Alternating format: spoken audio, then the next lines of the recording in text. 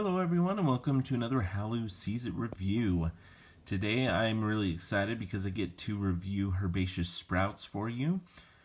Just received this last week and it is a fantastic game. A great follow-up to the original game Herbaceous. It's a dice game, standalone dice game, brought to you by the same team that did Herbaceous and Sunset Over Water. And for those who are not aware, this is, I think, one of my favorite all-star teams in game design right now. And it's so interesting to me because there's, if you look at Board Game Geek and all these different trending games that are just in the spotlight, and they're really good games, but I just am so captivated by just the full product produced by this team in all of these games. And Herbaceous Sprouts does not disappoint at all. So let's go ahead and show you some of the components and everything. As you can see, the box for Herbaceous Sprouts is a little bit bigger than the card game edition here, but everything fits nicely in the box there.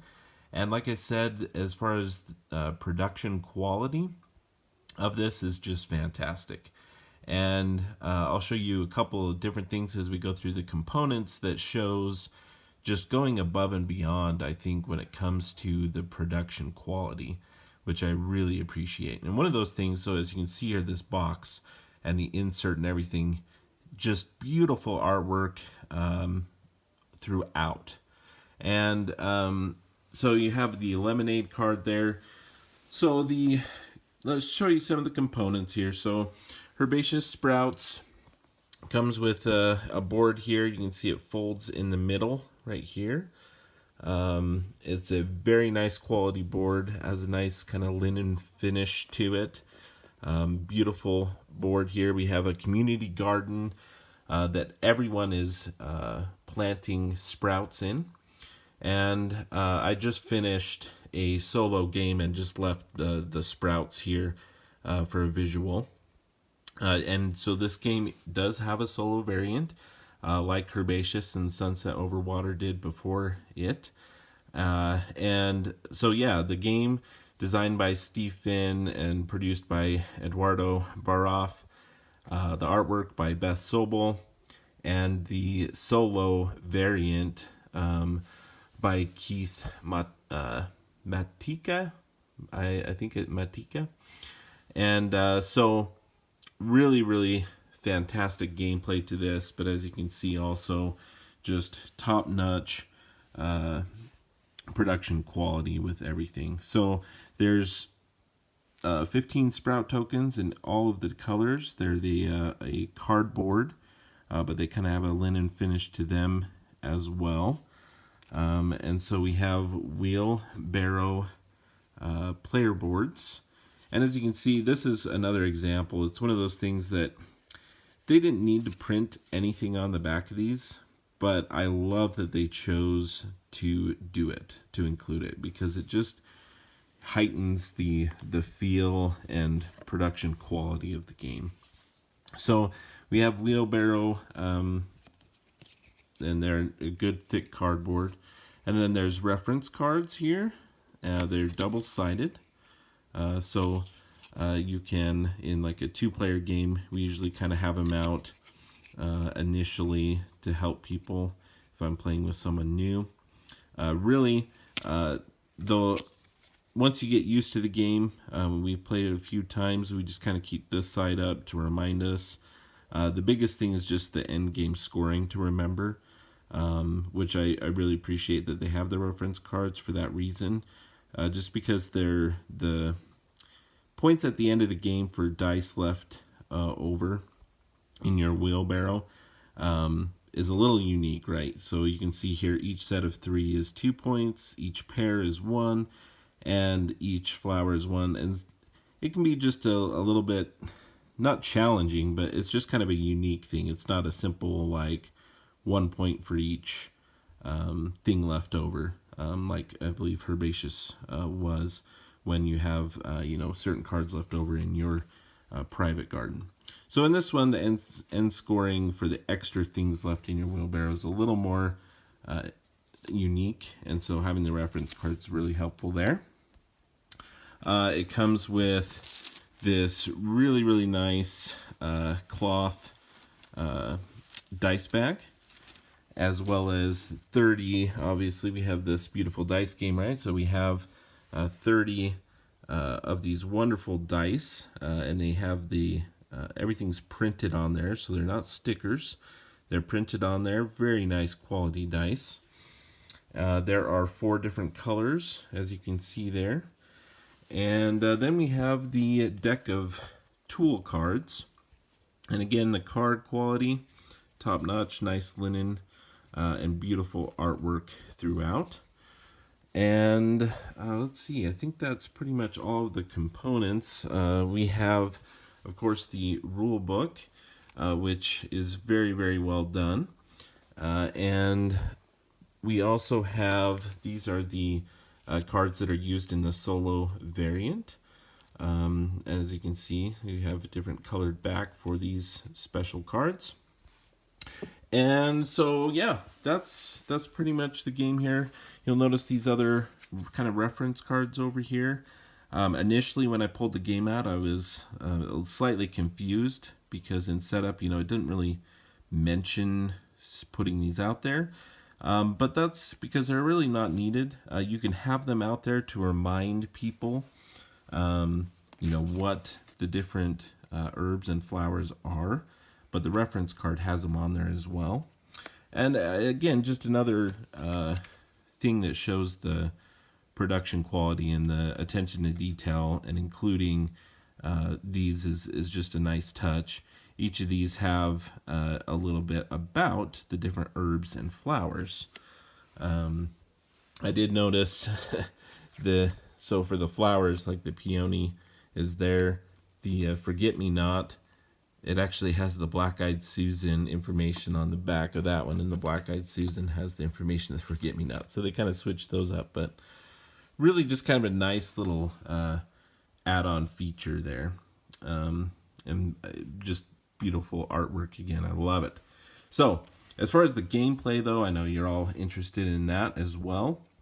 And I'm not going to go into all the nitty-gritty details, but Watch It Played has a wonderful how to play video.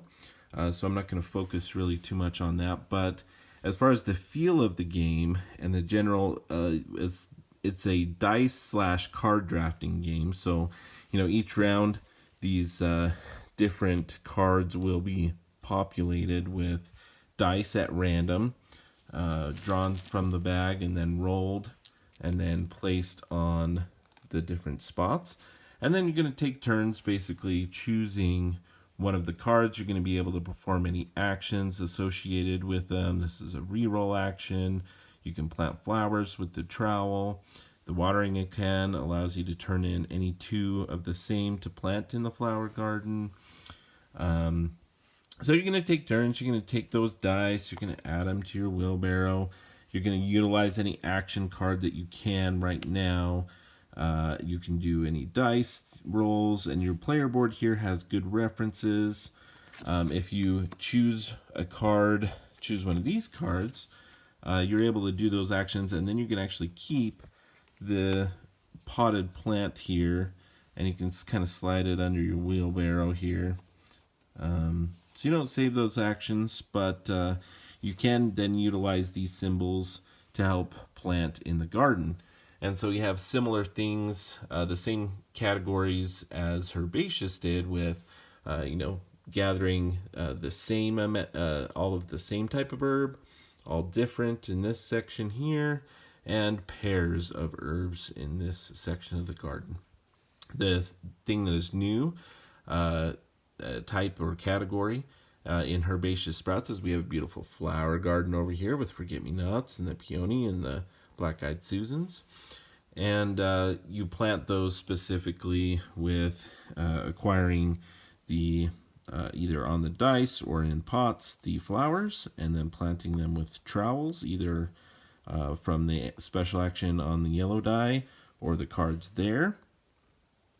And so anyway, it's plays really, really well with this dice drafting.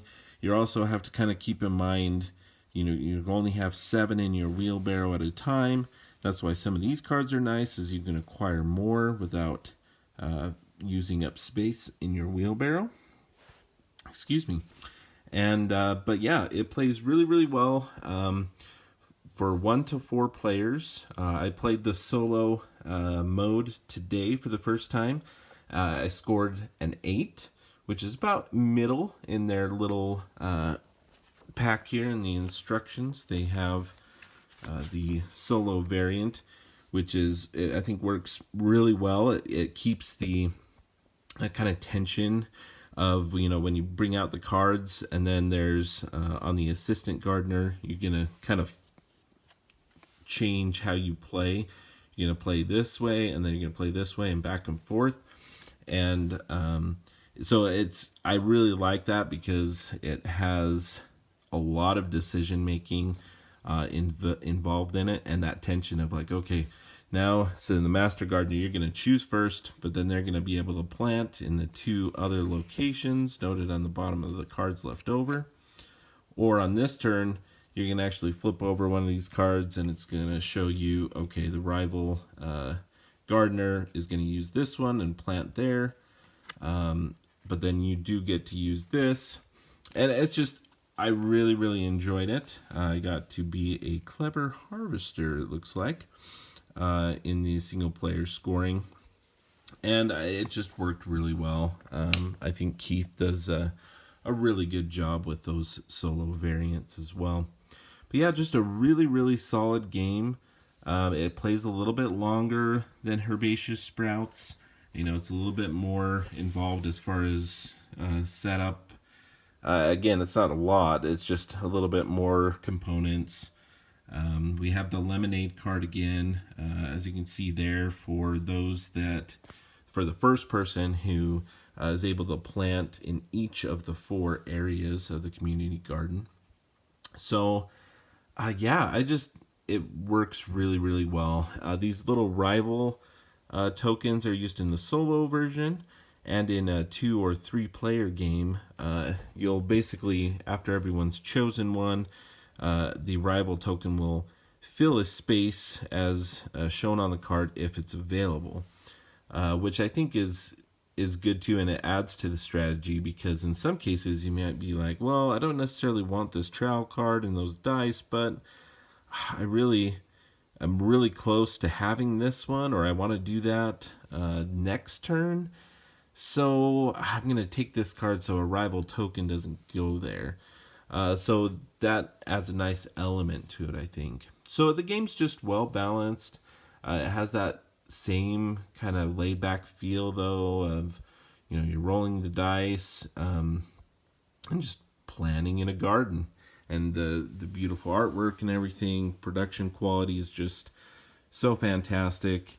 It's just, I love bringing out these games, and Herbaceous Sprouts will definitely be one that we will play often, and even play with our kids. So we have 2 kids, and it's simple enough that they very easily latched onto it. And so that is Herbaceous Sprouts. If that sounds like something you'd be interested in, go ahead and check it out. See if you can get a hold of a copy. And while you're out there looking for a copy of Herbaceous Sprouts, Herbaceous and Sunset Over Water are also both fantastic games. I can't go wrong with any of these. So that is how Lou sees it.